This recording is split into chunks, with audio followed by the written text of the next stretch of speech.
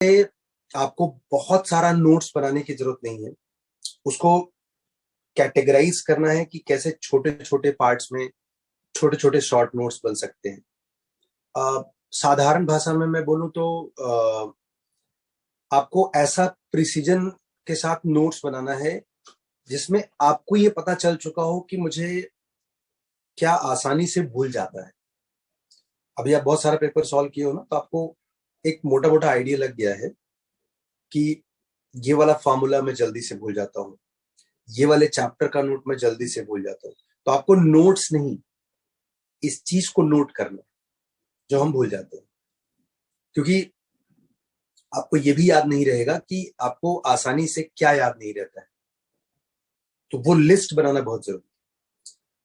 किसी ने उस चैप्टर का नाम लिया, किसी ने मतलब ऑब्वियसली क्वेश्चन पेपर में, तो सडनली यू रिमेम्बर, अरे यार ये तो देखा नहीं था। जैसे वो फंक्शन के मैंने जो 2 फोटोज भेजे हैं फॉर्मूले शीट, तो उसमें फर्स्ट पेज तो मैंने रिवाइज कराया, सेकेंड पेज नहीं कराया। या अभी कॉन्शियसली हम लोगों ने कोनिक सेक्शन अच्छे से घोट डाला है, 3D भी अच्छे से घोट डाला है, मतलब कॉन्शियसली से बोलो कि तुम्हें पता है कि मैं रोज पूछूंगा, इसलिए याद हो गया है। तो ऐसे हो सकता है किसी के लिए कोई एक चैप्टर हो जो अभी भी उसके कंफर्ट जोन में ना हो, तो आप उसे जरूर नोट करो। और मुझे बहुत खुशी है अगर हर साल हम लोग क्या करते हैं, वीकली टास्क करते हैं। जैसा कि मैंने पहले ही बता दिया था कि मेंस के पॉइंट ऑफ व्यू से अलजेब्रा सबसे ज्यादा इंपॉर्टेंट पार्ट है। अगेन ये एक स्टैटिस्टिक डेटा है, ये एक एस्ट्रोलॉजिक डेटा नहीं है। वैसे ही एडवांस के लिए देयर आर 6 to 7 चैप्टर्स जिनको ठीक करने से आपका 60 to 65% पेपर कवर हो जाता है वेटेज वाइज। तो अगेन मैं ये एक आइडिया है, बट यही एक आइडिया ऐसा नहीं। बट कभी कभी जब आप इस चश्मे से देखोगे ना, तो आपको बहुत मजा आएगा। मतलब ये एक इंटरप्रिटेशन है कि अगर आप इस चश्मे से देखोगे तो आपको डर नहीं लगेगा, तो आपको पता है कि आपको बहुत कुछ आता है और वो गलत नहीं है, इट्स नॉट फ्लूक। इसी पर तो इंडिया पाकिस्तान वर्ल्ड कप में भाई साहब हर साल जीत जाते हैं कि हम तो हारेंगे नहीं, जबकि प्लेयर अलग होते हैं। तो ये एक डेटा है जो आपके मूड को पॉजिटिवली स्विंग कर सकता है। वीकली टास्क, इसलिए सबसे पहला एक वीक में एल्जेब्रा हमने टारगेट किया था, मंडे से लेके अब तक। सिर्फ एल्जेब्रा नहीं था, उसमें कुछ और भी चैप्टर्स थे, बट मुझे बहुत खुशी है कि हम लोग इस वीक में एल्जेब्रा के सारे टॉपिक रिवाइज कर पाए और साथ ही साथ उनके जेई एडवांस के आर्काइव्स भी कर पाए। ये सुनने में थोड़ा सा एग्जैजरेशन लग रहा था ऑन मंडे मुझे, मैं भी उसका रिकॉर्डिंग है मेरे पास, तो चाहिए तो मैं तुम लोग शेयर कर दूंगा कि जब मैं मंडे को बोला था कि एक दिन में 3 चैप्टर, तो तुम लोग बहुत जोर जोर से नारे लगा रहे थे, अच्छा सब 2 साल का सिलेबस लिख रहे हैं। बट एक दिन में एक्चुअली 3 चैप्टर्स आर्काइव्स में हो सकता है, एडवांस के आर्काइव्स में। क्यों हो सकता है? क्योंकि आपको सारे क्वेश्चन नए नहीं है, आप पहली बार नहीं सॉल्व कर रहे। एम आई राइट? मतलब देखो, टारगेट थोड़ा स्टीप था, मुझे पता है कि सारे टारगेट पूरे नहीं हुए होंगे, लेकिन अगर मैं उस टारगेट को स्टीप नहीं करता ना, तो जितना हुआ है उतना भी पूरा नहीं होता। सही कह रहा हूं मैं? ये बात मैं सही है। मैं आपको जो जेई एडवांस के क्वेश्चन इस लास्ट मोमेंट पे करा रहा हूं या हर साल कराता हूं, इसका मेन मकसद ये नहीं कि आपको कंसेप्ट समझ जाए, सिर्फ यही मकसद नहीं है। मेन मकसद तो ये था कि क्वेश्चन पढ़ने के बाद आपके पेन उठाने के बीच में, जो आप पेन उठाओगे और कुछ लिखोगे, उसके बीच के जो टाइम होते हैं उसको बोलते हैं क्लिकिंग टाइम। मेरा मकसद था उस क्लिकिंग टाइम को जितना छोटा कर सकते हैं, जितना रिड्यूस कर सकते हैं, कर ले। इस चीज की ट्रेनिंग नहीं करते हम लोग, और ना ही हम कॉन्शियसली इसके बारे में सोचते हैं। तो अभी क्या हुआ, मैंने आपको क्वेश्चन दिया, आपने उसका आइडिया बनाया,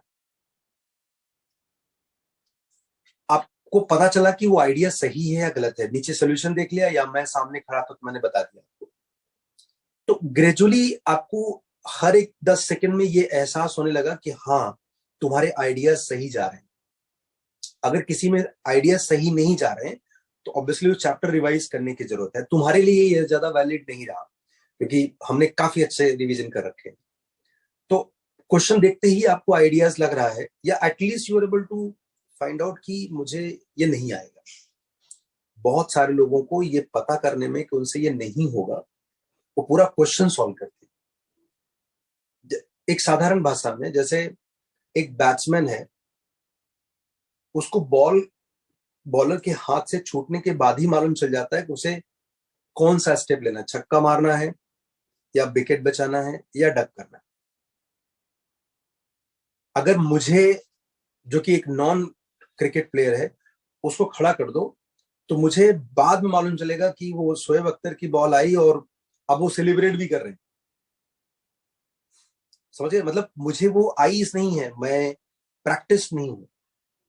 it's not about the strength और they have some other accessories, it's about the training. तो अगर आपको इस टाइप का ट्रेनिंग नहीं हुआ रहेगा तो आपको क्वेश्चन देखने के बाद समझेगा नहीं कि मुझे ये पहले करना चाहिए बाद में करना चाहिए। तो इसी बहाने आपका आर्काइव्स हो जाएगा, तो you will understand that you are good in this chapter. One. Second, mains usually ask question from this set, so वहां पे भी फायदा है। तीसरा, every 10 seconds आपके अंदर एक वर्डिक्ट आ रहा है कि you are good, it is happening with you। और इसके साथ साथ ये भी लगा हुआ है कि ये सोचा नहीं था कि ऐसा कर लूंगा, क्योंकि जब मैंने टारगेट आपको दिया था हर रोज 3 चैप्टर्स, मुझे याद है कि मंडे को हम लोगों ने किया था प्रोग्रेशन, क्वाड्रेटिक इक्वेशन, और तीसरा क्या था? मैट्राइसिस। एक दिन में 3 चैप्टर। तो ये बिल्कुल नहीं पॉसिबल था कि एक दिन में होगा, बट अगर जब तुम्हें हुआ होगा, 2 भी हुआ होगा, तुम लगा यार तो मजा आ गया। तो एक अंदर से सेलिब्रेशन है। You are not going to express it, you are not going to write it और नरेट इट। ये अंदर से फील गुड फीलिंग है, क्योंकि जब तुम ट्यूसडे मुझे मिले ना तो यू वर वेरी हैप्पी। मैंने आपको काम दिया, मतलब ऐसा नहीं था भुनभुनाए फिर भी, अरे ट्यूसडे कौन सा चैप्टर था? आई थिंक कॉम्प्लेक्स नंबर था, क्लास में नहीं हुआ था, डिटरमिनेंट था शायद। मुझे जरा लिस्ट होगा ना, पढ़ के बताओ ना ये ट्यूसडे क्या था। तो मुझे याद है कि आप लोग थोड़ा भुनभुनाए थे, but you were very happy, satisfied थे। बायनोमियल, कॉम्प्लेक्स और डिटरमिनेंट्स। हाँ, और वेंसडे को क्या था? Vector 3D trigo vector 3D और trigo. Vector 3D and trigo. Thursday PNC trigo and limit. PNC trigo equations और लिमिट्स। हाँ, और आज है फंक्शंस इंडेफिनिट और MOD। इंडेफिनिट इंटीग्रेशन में मुझे याद है कि जब पहली बार कभी शुरू हुई थी तो लोग बड़े बड़े नारे लगा रहे थे, सर इसमें तो होता नहीं है, अरे सर वो ट्रिकी क्वेश्चन तो अलग ही है। अभी तो रट गया है, मतलब देखते ही तुम्हें चमक जाता है, बराबर ना? तो yes. ये एक ऐसा सेलिब्रेशन है जो तुम्हारे अंदर हो रहा है, और इसका फायदा ये है कि अंदर ही तो झगड़ा था जिसकी वजह से हम लास्ट ईयर समहाउ मिस हो गए थे, या 2 महीने पहले डिसअपॉइंट हो गए रहे होंगे। तो ये अंदर के अंतर्द्वंद को दूर करने का सबसे सुंदर और नायाब तरीका है। तो जो आपके एडवांस के आर्काइव्स हैं, ये आपका मोरल कॉन्फिडेंस सब नेक्स्ट लेवल तक ले जाएंगे। इसीलिए वीकली टास्क में अगले वीक का टास्क होगा पूरा कोऑर्डिनेट ज्योमेट्री। मैं ऐसे हाईलाइट कर दूंगा, मैं इसको मतलब आपको लिख के भी फोटो भी भेज दूंगा। तो पहले दिन होगा मंडे को, फर्स्ट डे होगा, ऑल्दो मैं मंडे को आऊंगा ऑब्वियसली, बताऊंगा अभी, बट अभी से बताता हूँ। मंडे होगा straight line, circle and trigo identities. Straight line, circle and trigo identities. Trigo identities में मैं छोटा सा वीडियो है, मैं दे दूंगा तुमको, उसमें मैंने सारे फॉर्मेट्स जितने भी आते हैं वैरायटी वो सब कवर कर रखे हैं। एंड ट्यूसडे को करेंगे pair of straight line, parabola. Sir parabola को थोड़ा ज्यादा टाइम देंगे क्या? Pair of straight line parabola, pair of straight line parabola के साथ एक चैप्टर और कौन सा था जो छूटा हुआ था? अलजेब्रा में कोई छूटा है क्या? कैलकुलस में कोई छूटा नहीं है ना? एरिया, एरिया कर सकते। हाँ, pair of straight line, parabola and area. And Wednesday को करेंगे हम लोग एलिप्स, हाइपरबोला, 2 काफी है। हाइपरबोला को टाइम दीजिएगा, थोड़ा वीक है मेरा। नहीं, अभी लास्ट टाइम हमने किया था तो ठीक है, मेंस के लिए काफी अच्छा है। एंड मतलब this is the tentative idea. तो हम लोग मुझे लगता है कि next week by Thursday will be able to finish entire maths, because calculus we have already done, algebra we have already done this week. तो this is how you should approach mains. और जैसे ही Thursday खत्म होगा उसके बाद हम लोग इन्हीं चैप्टर्स को वापस ले आएंगे मेंस के पीवाईक्यू के लिए। फिर देखना तुम उसमें क्या जबरदस्त इंपैक्ट दिखेगा तुमको। एक तो तुम्हें इधर वाले क्वेश्चन तुम्हें उधर मिलेंगे तो बहुत अच्छा लगेगा। इट्स लाइक जैसे लंदन में तुम्हें कोई अपना इंडियन मिल जाए तो ऐसा लगता है कि एक ही घर में पैदा हुए हैं। तो यही क्वेश्चन एडवांस वाले तुम्हें मेंस में जब मिलेंगे तुम्हें लगेगा यस, इसको तो पहले कहीं देखा है। तो मुझे बहुत खुशी है कि तुम लोगों ने काफी अच्छे से काम किया, और ये मैं अभी वादा कर सकता हूं कि तुम्हारा बैच ये ऐसा ड्रॉपर बैच होगा जिसमें से 100% बच्चे इस बार भी IIT में जाएंगे। लास्ट ईयर एक ही बचा था खाली, तो इस बार मुझे पूरा भरोसा है कि इस बार 100% होगा। और credit goes to you guys, तुम लोगों ने बहुत मेहनत किया है। हाँ, उसमें से एक बच्चा ड्रॉपर नहीं है तो, लेकिन हाँ अभी उस ग्रुप में मिक्स हो गया है तो बुढ़ा वो भी है, वो भी बुढ़ा है, वो भी देखो बुढ़ा ही कितना है। जलता है, अगर रिकॉर्डिंग शुरू है और आपने वीडियो में बोल दिया था, देखो कितना जल रहा है ये। हाँ हाँ, ये दोस्ताना मुझे IIT बॉम्बे के गेट तक दिखना है। तो मुझे बहुत खुशी है, और ये ऐसे ही बनाए रखो। देखो इस टाइम पे ना फील गुड बहुत जरूरी है। और मैं बोला ना कि कोई भी बच्चा जिसकी प्रिपरेशन किसी भी लेवल में हो, अगर 15 दिन, अगले 15 दिनों में वो मेंस और एडवांस के खाली आर्काइव्स कर ले और इसे टुकड़े टुकड़े में तोड़ ले। जैसे मान लीजिए कोई बच्चा आज नारियल फोड़ रहा है, उसको आज से लग रहा है कि सब मेंस नजदीक आ गए, मुझे कुछ करना है। वो मेंस का पीवाईक्यू ले, उसको 2 पार्ट में तोड़ दे। जैसे before BC and after BC बोलते हैं ना, वैसा वाला। उसे 2022 से लेकर के 19 तक के क्वेश्चन का एक ब्लॉक बनाना चाहिए पीवाईक्यू मेंस, और पूरा कंप्लीट कर देना चाहिए। मतलब उसे क्वेश्चन नहीं आ रहा है ना, कोई टेंशन नहीं। उसे ये क्वेश्चन सॉल्व करते समय ये फीलिंग नहीं बनाना है अरे यार ये भी नहीं आया मेरे से।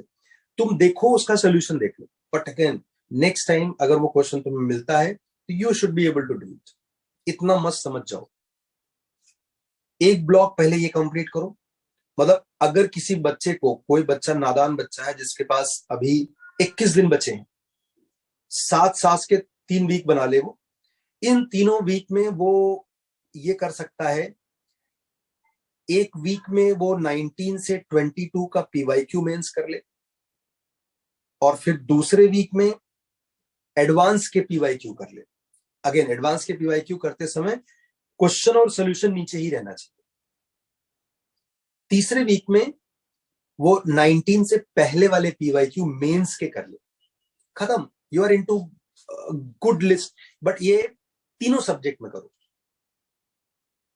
और इसके साथ साथ जो जरूरी चैप्टर्स आपको रिवीजन के लिए उस क्वेश्चन को करते करते रिफ्लेक्ट हो रहा है।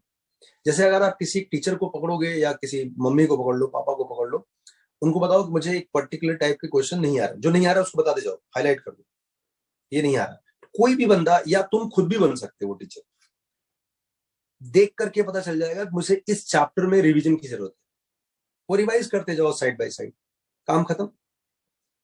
तो अभी पूरे प्रिपरेशन को वीकली टास्क में कन्वर्ट करना है। नोट्स रीडिंग, अदरवाइज लोग कैसे चले जाएंगे, किताब नॉवेल की तरफ पढ़ने लगेंगे, नोट्स पढ़ने लगेंगे, और नोट्स पढ़ पढ़ के वो धीरे धीरे स्वस्तिक बन जाते थे। जैसे पुराना वाला स्वस्तिक, वो पेपर नहीं लिखेगा फिर, है ना, और पेपर लिखने के बाद उसको भयंकर डर लगेगा। अब वाला तो खैर बदल गया। तो नोट्स रीडिंग एक बीमारी हो जाती है फिर, और वो अपने आप को प्रैक्टिस से दूर कर लेते हैं। फिर देखे हुए क्वेश्चन भी एग्जाम्स में तलवार बन जाते हैं। तो इसलिए आप इस हैबिट से बिल्कुल बचें। आई एम टेलिंग यू, मुझे बहुत खुशी है और बहुत मजेदार है, मैं अंदर से खिलखिला उठता हूँ, इसलिए तुम्हारे बैच को डेली बुलाता हूँ, बिकॉज ये मेरे लिए काफी स्ट्रेस बस्टर बैच है। दो मेरे पास लाइफ में कोई स्ट्रेस नहीं है, बट मुझे बहुत मजा आता है कि अपने दिन की शुरुआत में तुम्हारे बैच से करता हूँ, और बहुत आनंददायी बैच है। और मुझे कहने में कोई गुरेज नहीं है कि मुझे काफी लंबे अरसे तक तुम लोग याद रहेगा। जिस तरीके से तुमने काम किया, तुम्हारे बैच में हर एक बच्चा कितना जबरदस्त ट्रांसफॉर्म किया है। चाहे मिश्रा जी को देख लो, लखनऊ वाले, चाहे हिमांशु भैया को देख लो, बेंगलोर वाले। मतलब क्या लड़का है, मतलब तू सोच ना, शुरू शुरू में जुबान नहीं खुलती थी, आजकल उसको तो देख करके एकदम प्यार आ जाता है यार। क्या मतलब, कुछ भी पूछो उसके पास आंसर होगा। मैं तो किसी दिन, एक दिन मुझे कल पासबुक नहीं मिल रहा था, तो I thought to call him कि पूछो कि बता भाई कहाँ मिलेगा। He has the answer of all question now. And ये वही बच्चा है जो बिल्कुल बोलता नहीं था। स्वस्तिक को ले ले, तो ये तुम्हारे ग्रुप का बहुत बढ़िया आनंद वाला विषय है। और ये याद रखना कि ग्रुप में अगर एक आध दो बच्चे ऐसे हो जाए ना, तो पूरे ग्रुप में मजा आता है। एक प्लेन को चलाने के लिए ना पायलट एक ही होता है। सब लोग अगर जहाज उड़ाना लगेगा ना, तो जहाज उड़ेगा नहीं, उड़ जाएगा। तो एक बच्चा अगर बैच में अच्छा हो, जो इस टाइप का रिस्पॉन्स दिखाए, तो लोगों में जो इंस्पिरेशन, मोटिवेशन, ये अपने आप आता है। एज ए टीचर मेरा काम बहुत आसान हो जाता है। मुझे तुम्हारे बैच में ना खुद से शुरू में एफर्ट लेना पड़ा, लेकिन बाद में मेरे लिए बड़ा एफर्टलेस हुआ, बहुत बहुत ही एफर्टलेस हुआ। तो किसी को नैगिंग नहीं करना पड़ा, धमकाना नहीं पड़ा। जैसे हर साल मुझे कुछ न कुछ बैच में बहुत, तुम किसी किसी बैच का रिकॉर्डिंग सुन लो, ऐसा नहीं कि मैं बहुत सरल हूं, मतलब नहीं मन करता डांटने का ना, फिर भी एक्टिंग करता हूं।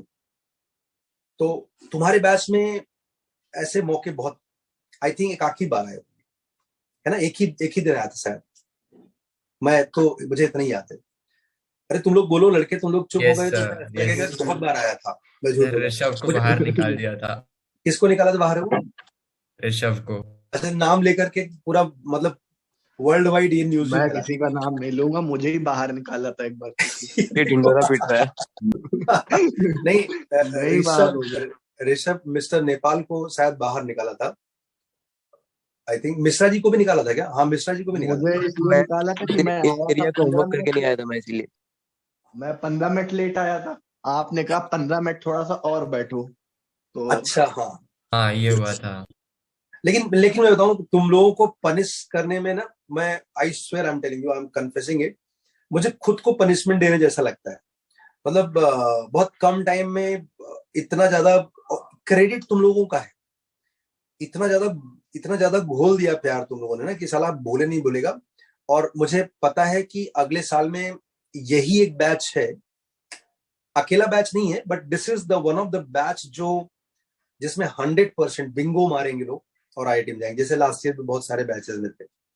और ये सब बच्चों की रिस्पॉन्सिबिलिटी है कि अगर कोई बच्चा आपको थोड़ा बहुत पीछे दिखे, वैसे तो उसे होना नहीं चाहिए। इतना इतना जबरदस्त ऑर्गेनिक ग्रुप है ये, कि हर एक बच्चे को दूसरे बच्चे से कुछ न कुछ इंस्पिरेशन मिल ही जाती है। फिर भी अगर आपको लगे कोई थोड़ा पीछे है, थोड़ा उसको बैकिंग की जरूरत है, तो प्लीज हेल्प करो। बहुत बहुत मजा आएगा आपको भी। ये तुम्हारे लिए एक स्टूडेंट टीचर जैसा फीलिंग होगा। अगर तुम किसी दोस्त को थोड़ी सही राह दिखाओगे, 2-4 महीने बाद वो रिजल्ट में बदल जाएगा ना, तो तुम्हें लगेगा कि यस, इसके रिजल्ट में मेरा भी कॉन्ट्रीब्यूशन है। तो या तुम मुझे रिपोर्ट कर सकते हो। जैसे लास्ट ईयर मुझे याद है कि ये पार्थ और साहिल, इन दोनों की जोड़ी बहुत अच्छी थी। तो ये लोग, जैसे अगर कोई एक बच्चा अच्छा नहीं करता था ना, तो दूसरा बच्चा फोन करके मुझे बोल, इससे जरा उसको समझाओ, वो थोड़ा ना परेशान हो रहा है। तो सर, तो ये वही लोग है ना जो अभी आईआईटी केजीबी में है? हाँ, यस यस, एक रुड़की में है, केजीबी में। हाँ हाँ, यस और सर। मुझे याद है कि लास्ट ईयर ये निशांत था, निशांत और उसका भी एक दोस्त था मयंक, ये लोग भी आपस में बहुत जुड़े हुए थे। तो एक दूसरे के लिए पिच करते थे कि सर आप जरा उसको समझाओ ना। जैसे हार्दिक के लिए बहुत सारे बच्चे करते थे कि हार्दिक बहुत परेशान है, हार्दिक को समझाओ। तो मतलब मेरे को पता चलता था उससे पहले ही बच्चे मेरे तक पहुंच जाते थे, और डायरेक्ट बच्चा नहीं, उसके दोस्त। सब देखो सब आईआईटी में है और दे आर एंजॉयिंग लाइफ। उनको शायद अपनी बिजी लाइफ में भूल जाएगा, बट मुझे याद है ना कि हर एक बच्चे का कंट्रीब्यूशन था उसमें। तो ये बिल्कुल करना चाहिए। मतलब आपको अपना समय व्यर्थ नहीं करना चाहिए कि आप कॉल कर रहे हो, कॉल सेंटर खोल दिया आपने। मतलब छोटा सा हिंट, आपको बहुत एफर्ट नहीं लेना। जैसे मुझे तुम्हारे इस ड्रॉपर बैच को पढ़ाने के लिए बहुत एफर्ट नहीं लेना पड़ा, तो वैसे ही तुम अपनी दोस्ती को संवार सकते हो, निखार सकते हो। ये समय है बॉस, या तो छिप जाएगा या छप जाएगा, या निखर जाएगा या बिखर जाएगा। अगर इस आने वाले 21 दिनों में अपने दिल को आपने अच्छे से मोटिवेट किया इस डायरेक्शन में कि आपको बहुत कुछ आता है, जो कि सच है, तो आप अपने आप से होने वाले नुकसान से बचा सकते हैं। आपको नुकसान सब्जेक्ट से नहीं होगा, आपको नुकसान खुद से होगा, क्योंकि अंदर जो लड़ाई हो रही है ना, इसको कोई डॉक्टर सॉल्व नहीं कर सकता है, कोई बाहर वाला देख ही नहीं पाएगा ना, वो अंदर तक पहुंच ही नहीं पाएगा। और आज के इस जमाने में, भीड़ भाड़ में, अनफॉर्चुनेटली अपने सगे संबंधी भी टच तो करते हैं लेकिन पहुंच नहीं पाते।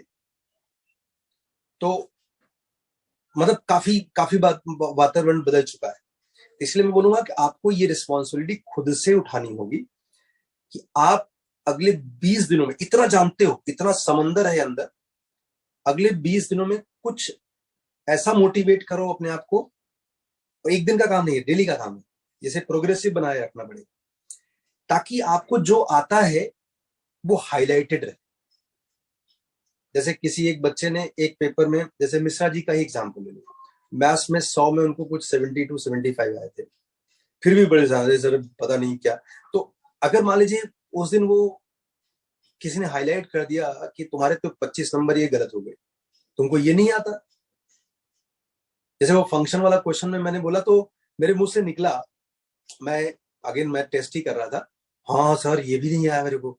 तो वो joy of getting 72 75 out of 100 which is not a joke will be vanished. But next उन्होंने बताया, अरे मिश्रा जी तुम 2 क्वेश्चन ठीक करते तुम्हारा 100 आता, खुश हो गया, हाँ बात सही है। तो मैंने दो ही मिनट में उसका मौसम बदलते हुए देखा है। मतलब Mishra ji is going to be in IIT Bombay, तो मतलब कोई साधारण बच्चा नहीं है, बट उस बच्चे का भी उस एक छोटे से मोमेंट में रूप बदलते देखा मैंने। ये मैंने एक टेस्ट लिया और ये कंट्रोल्ड टेस्ट था, मैं ही मजाक कर रहा हूं, मैं ही उसे सुधार रहा हूं।